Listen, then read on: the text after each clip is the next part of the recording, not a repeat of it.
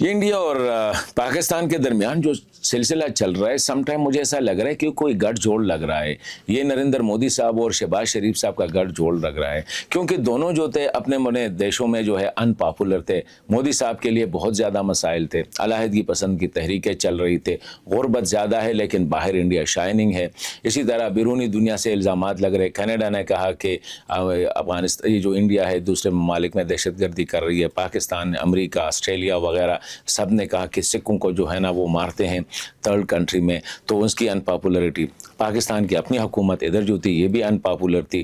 Form 47 کا جو بیانیہ چل رہا تھا, تو لگ ایسا رہا ہے کہ اس گٹھ جوڑ سے مودی کے پیچھے بھی لوگ کھڑے ہو گئے, شہباز شریف صاحب اور فوج کے پیچھے بھی ادھر لوگ کھڑے ہو گئے. تو لگ ایسا رہا ہے کہ یہ سلسلہ کچھ دنوں کے لیے چلتا رہے گا اور آخر میں آہستہ آہستہ it will be turn out. جس طرح وہ ہوتا ہے نا ساؤنڈ بیریئر جو بریک ہوتا ہے, لوگ انیشلی سمجھتے ہیں کہ کوئی دھماکہ ہوا, آہستہ آہستہ بعد میں پتہ چل جاتا ہے کہ یہ ساؤنڈ بیریئر کراس ہو گیا ہے.